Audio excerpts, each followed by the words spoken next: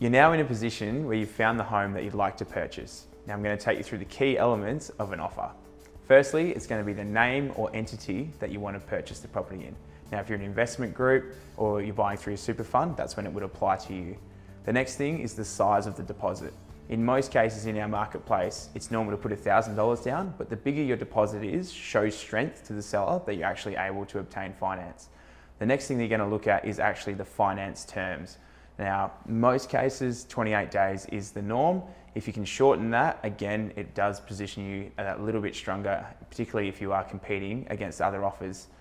The next thing we're going to go and look at is the conditions on the contract. Now, in some cases, some sellers will have provided a timber pest inspection or a building inspection already, which means that if you're happy to accept that you won't actually need to put that on the contract. Otherwise, a timber pest inspection, a building inspection, or you may be in a position where you actually need to sell a home in order to purchase this one. The next term you're going to look at is the settlement date. Now, this may be based on when you want to actually be in the property. So if you're in a position where you're buying right before Christmas, you may want to be there before the start of the next school year. So you want to look at your timeline and what works best for you. This doesn't necessarily mean the seller will agree to it, but at least you can put it forward as to when you would like to settle on the property. The next thing you're going to look at is the settlement agency that you'll be using to represent you through the transaction. Often agents can actually be caught between buyer and seller, so it's good to have a settlement agency that you trust on your side during that transaction. And of course, the final thing we're going to look at is price.